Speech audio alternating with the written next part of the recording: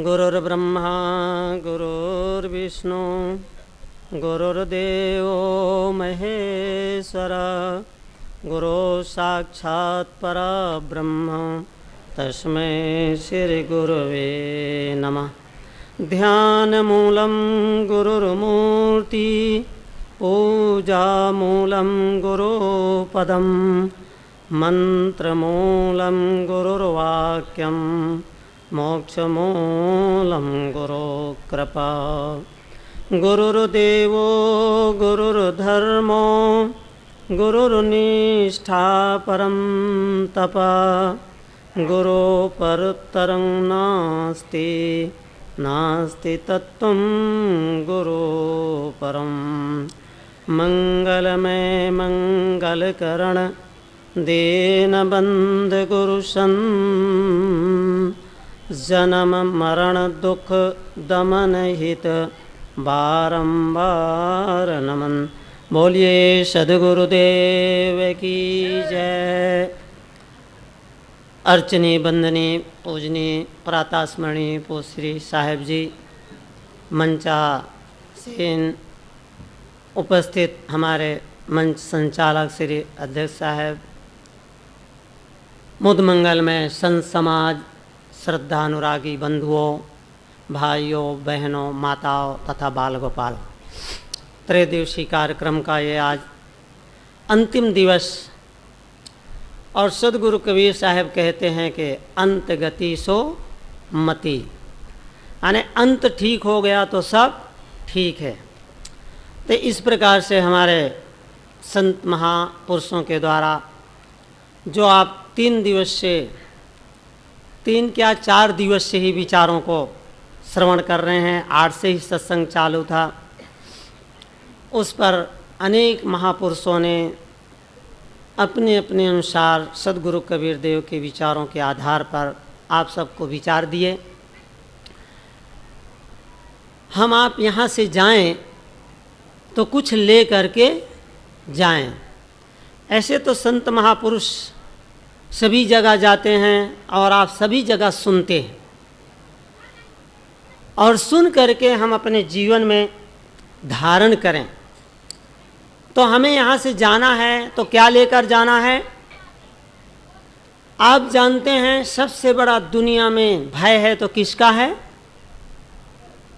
सबसे बड़ा खतरा है तो ज़्यादा मौत का खतरा। लोग भयभीत हैं, आज सबसे ज़्यादा भयभीत हैं।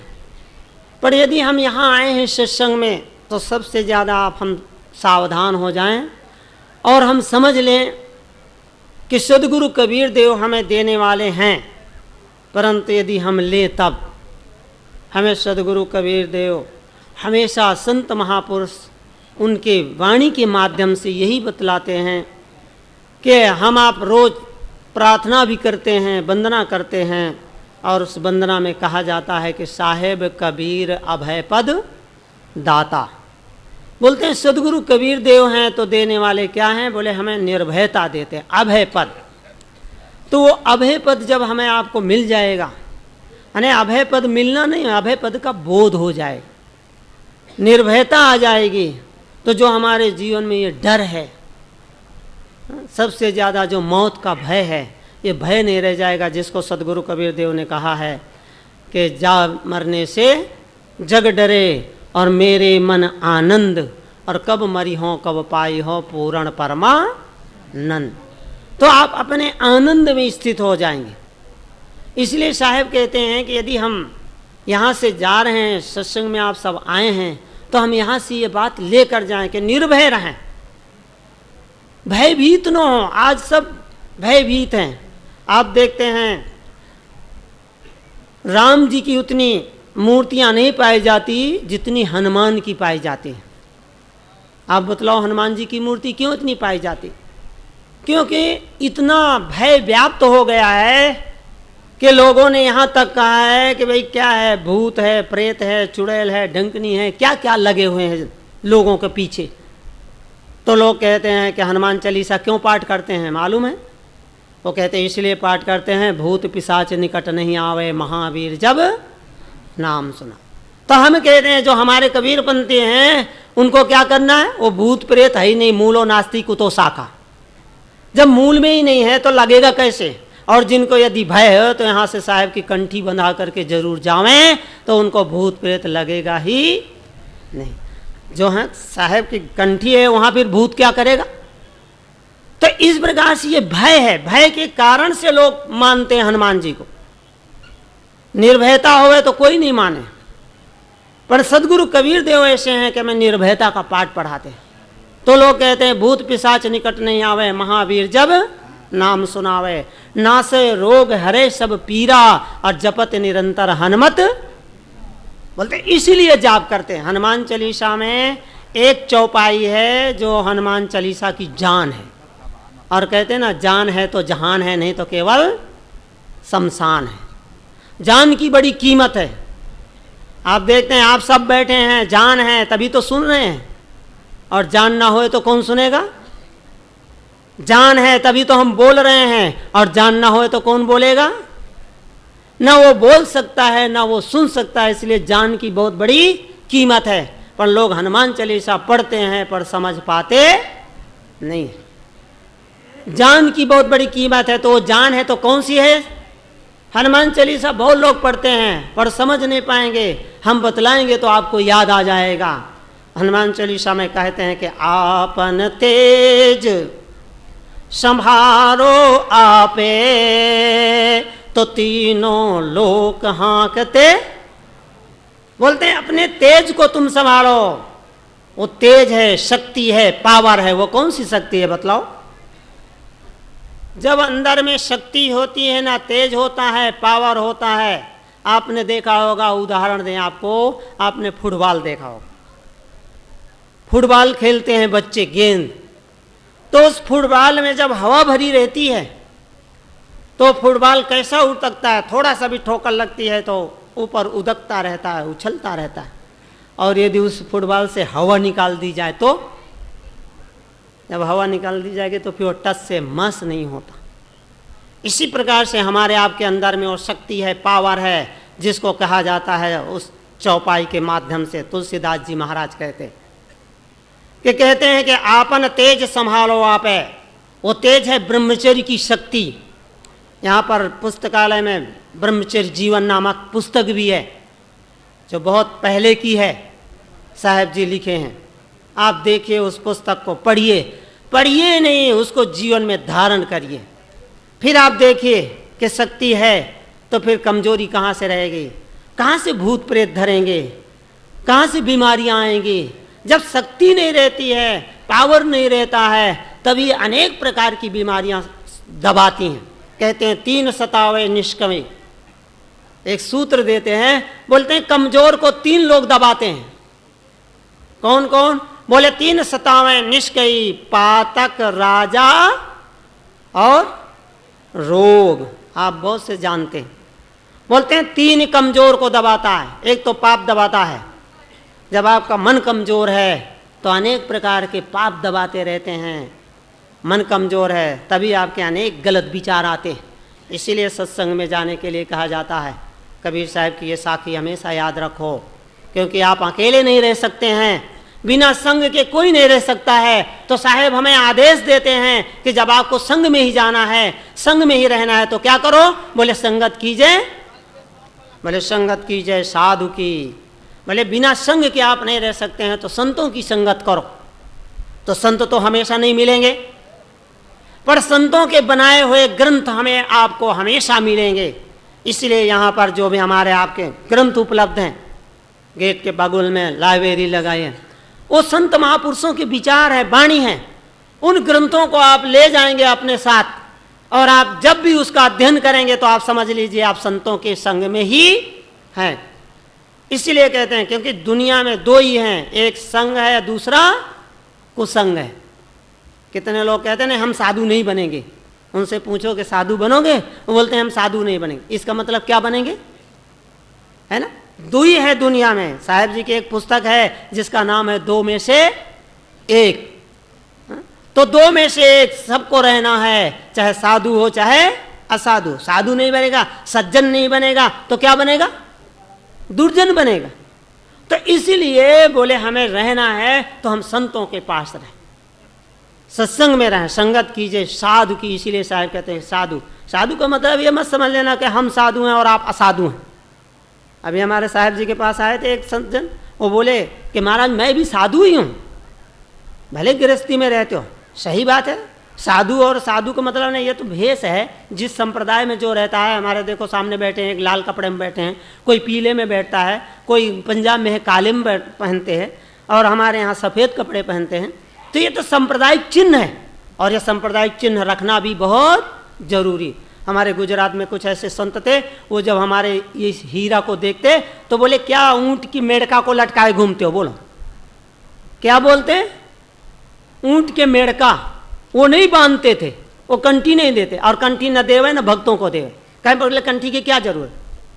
अरे भाई हम कहे हमारी कंठी नहीं है, ये कंठी नहीं कहलाती, ये इसको हम कंठी कहते हैं क्या? हमारे पारखी संत इसको कंठी नहीं कहते, क्या कहते हैं बताओ? है ना, हीरा कहते हैं। और हीरा कितना कीमती होता है, और हीरा नहीं कहते। इसलिए कंठी इसके लिए नहीं कहते कि कंठी होती है कहाँ? ये कंठ में, इसलिए कंठी नहीं बोलते इसको, इसको हीरा बोलते हैं। हीरा का मतलब समझते हैं? बोलते हैं हीरा हृदय दयाल का चिन्ह। ये दया को पालन करो, इसके लिए इसको धारण किया जाता है कि हीरा को पहन करके आप दया को पालन करें। ऐसा नहीं कि बस जीव घात ना कीजिए। साहब कहते हैं ना, जीव को आप सताते रहेंगे, मारते रहेंगे, और फिर चाहे कि हमको सुख मिले, शांति मिले, कैसे मिलेगी? देवी देवता के नाम पर कितनी बलि चढ़ी। अभी नवरात्रि चली गई महाराज, हम नेपाल से आए, काठमांडू से, वहाँ दशहरा के समय कितना पशु बलि होती है। वहाँ कितने लोग नेपाल छोड़कर चले आते हैं जो भारत के, और भारत में कम नहीं होती।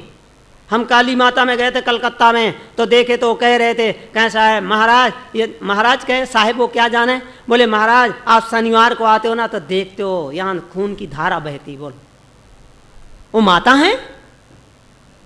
माता का क्या लक्षण होता है मालूम है? अरे माता तो दया का पालन करती है, माता तो बच्चे की कितनी रक्षा करती है। वो माँ नहीं है जो जीव चाहती है, परंतु वो माता चाहती भी नहीं है। काली माता थोड़ो चाहती है, देवी देवता कोई नहीं चाहता है। इसीलिए कबीर साहब को कहना पड़ा है कि जो तोरा है सांचा देवा तो खेत चरत क्यों ना ले या जी। यदि देवी देवता ये सच्चे हैं तो खेत चरते क्यों नहीं ले लेते हैं? पर हम तो भयभीत रहते हैं, पग पग पर डरते रहते हैं। इसलिए हमें साहब कहते हैं कि हमेशा सावधान रहो, निर्भय पद को धारण करो। और सदगुरु कबीर साहब ही कहते हो, ऐसी बात नहीं है, गीता पहले बनी है। साहब कल बोल रहे थे ना, महाभारत साहब ने लिखा है, आप देखो नया निकलेगा सृजन। तो गीता में पहले कहा गया है, सबसे पहले जहाँ पर लक्षण है दैवी संपत्ति के लक्षण। गीता सार एक पुस्तक है, यहाँ पर आप देखना। गीता में वैसे 700 श्लोक हैं, पर साहब जी उसका सार लेकर के 350 लगभग श्लोक हैं। उन सार वस्तुओं को ले ली, इसीलिए साहब ने नाम रखा है गीता सार। तो उसमें 26 लक्षण है 16वें अध्याय में, दैवी संपत्ति के लक्षण है, जिसमें सबसे पहला लक्षण क्या आया है? जो लोग गीता को पढ़ते हैं वो जानते हैं, अभयम। कहते हैं अभय रहो, डरो मत, भयभीत न हो। अभयम सत्य संशुद्धि ज्ञान योग व्यवस्थिति दानंदमश्चर्य स्वाध्याय तप आर्जवम। यानी ऐसे 26 लक्षणों का वर्णन है। तो कहते हैं तुम्हारे माने कबीर साहब तो कहते हैं कि साहेब कबीर अभय पददाता, पर हमें गीता भी आदेश देती है कि निर्भय रहो, आप डरो मत। देवी देवता भूत प्रेत चुड़ैल जिन क्यों डरते हो? क्यों? कि हमें सदगुरु कबीर साहब का ज्ञान सुनते तो हम जरूर हैं, पर इस काने से सुनते हैं और इधर से निकाल देते। हाँ? कितने कबीर पंथी हमने देखा, बड़ौदा में एक देखा, बड़ौदा में हमने देखा, बोलो पारखी संत कितने आते हैं, और पारखी संत मतलब उनके भक्त। और बोलो जब माँ भक्ति नहीं होगी, माँ को ज्ञान नहीं होगा, तो बेटे को क्या शिक्षा देगी मालूम है? क्योंकि माँ की शिक्षा ज्यादा मानता है, पिता की बच्चे नहीं मानते। पारखी संत जाते सब बात जानते, पर माँ ने बेटों को कह दिया कि शनिवार को जाकर के हनुमान जी को तेल चढ़ाया ना। बोलो तो वो बेटे क्या करें? शनिवार को लोटी ले जावें और हनुमान जी के ऊपर चढ़ा कर क्या बोलो। और हाँ पारखी संत बैठे, जब हम लोगों को भी समाचार मिला, हमने कहा क्या करते हो तुम लोगों को, इतना बोध नहीं है? अरे माँ है दूसरी तो क्या करे, माँ का आदेश बच्चा मानता है, इसलिए माताओं को बहुत सावधान रहना पड़ता है, सही शिक्षा देवें। माँ यदि गलत शिक्षा देगी तो संस्कार बच्चे में बालपन से भय बैठ जाएगा। हमारी माताएं थी, आपने देखा ना अभिज्ञान शाकुंतल नाटक है, कालिदास ने लिखा है। तो दुष्यंत राजा और उनके वो, तो महाराज देखो शकुंतले के बेटा था, वो डरते थे, वो बालपन में ही सिंह के बच्चों के दांत, शावक जो सिंह के बच्चों के साथ खेलते थे। और आज ये माताएं इतना भय दिला देती हैं, छोटा बच्चा आया तो बस बिल्ली से डरते हैं, कहते हैं भयभीत रहती हैं, अंधेरा हो गया तो बस उसको समझते हैं कुछ होना, अरे कुछ नहीं होने वाला है। निर्भय पद को धारण करके, हमारे साहब थे दादा गुरु हमारे तपसी साहब थे, वो कहते थे निर्भय पद को धारण करके चाहे जौन दिशा को जाए, पूरब पश्चिम उत्तर दक्षिण चाहे जौन दिशा को जाए। आप निर्भय रहो, मत सोचो कि बस पूरब को जाएंगे तो ये हो जाएगा, पश्चिम को जाएंगे तो ये हो जाए। ज्योतिष में कह दिया ना, मंगल बुध उत्तर दिश कालू, असोम शनिश्चर पूरब न, कहते पूरब न चालू। बताओ, और हमारी गाड़ियां कहाँ हैं? मैं बम्बई माने हम बड़ौदा से देहरादून कितने बार जाते हैं, तो कहते हैं कि मंगल बुध उत्तर दिश कालू। बोले मंगल और बुधवार को उत्तर दिशा में नहीं जाना, पर बंबई से जो गाड़ी चलती है देहरादून जाती है, वो कहाँ जाती है? कहाँ जाती है बताओ? उत्तर में ही जाती है, उत्तर दिशा है। और हम भी कितने बार गए हैं, पर आज तक कोई एक्सीडेंट हुआ नहीं है। इसलिए बोले निर्भय रहो, पर हम लोग पद पद पर भयभीत रहते, क्योंकि सदगुरु कबीर देव संत महात्मा हमें इतना उपदेश जरूर देते हैं, पर हमारे अंदर वो बैठता नहीं है। छोटी सी बात बतला के समाप्त करूंगा कि माताओं को निर्भयता का संदेश देना चाहिए, गलत संदेश नहीं देना चाहिए। ये माताएं यदि बालपन में गलत संदेश दे देंगे तो मालूम है कैसा बच्चा वही सीख लेता है। एक छोटी सी कहानी बतलाऊं, संस्कार कैसे बैठते हैं। कि एक माँ थी, अब वो पढ़ी लिखी थी, और आप देखते हैं शहरों का कैसा वातावरण रहता है। तो उसकी सहेलियां कुछ आई हुई थी, छोटा बच्चा था। वो माँ ने बच्चे को जो एक्की लगी, मालूम पेशाब कहते, जब पेशाब लगी एक्की लगी तो माँ से कहने लगा कि माँ मेरे को पेशाब जाना है, पेशाब जाना। तो माँ को अच्छा नहीं लगा कि सबके सामने ऐसा बोल दिया। तो बेटे को क्या सिखा दिया, जब सब सहेलियां चली गईं तो बेटे को बोले देख बेटा, जब तेरे को पेशाब लगे तो ऐसा मत कहना पेशाब करना है। तो बोले क्या कहूँगी माँ? बोले ये कहना, बोले माँ गाना गाना है। क्या बोलूँगी? बोले गाना गाना, ऐसा बोलना। तो बेटा ने कहा ठीक है। अब देखो माँ जाने और कौन जाने, बेटा जाने संकेत में। तो जब भी बच्चे को पेशाब लगे तो बोले माँ गाना गाना है, तो माँ जाकर के उसकी चड्डी खोल दे हुए बच्चा गाना गाया हुआ। अब एक दिन क्या हुआ कि माँ तो चली गई पीहर, और बच्चा भी पहुंच गया वहां अपने मतलब ननिहाल। बच्चे को तो ननिहाल हुआ ना। अब बच्चा तो नानी नाना का बहुत प्यारा होता है। अब बच्चा रात्रि का समय हुआ, सोते समय नाना के साथ सो गया। जब रात्रि हुई 11-12 बजा, बच्चे की नींद खुली। बोले नाना गाना गई हूं। अब नाना क्या समझे गाना गई हूं? इतने में बोले नाना बोला अरे अभी सब सो रहे हैं, तू गाना गाएगा, सबकी नींद बिगड़ जाएगी। उसने बोले नाना बोले अभी सुबह पहर गाना गाना, ब्रह्म मुहूर्त में उठ करके। तो उसने थोड़ी देर बेचारा चुप रहा। इतने में फिर आप जानते हैं तो प्रेशर मशीन है, वो रुकती थोड़ो है। इतने में थोड़ी देर में फिर बोला नाना गाना गई हूं।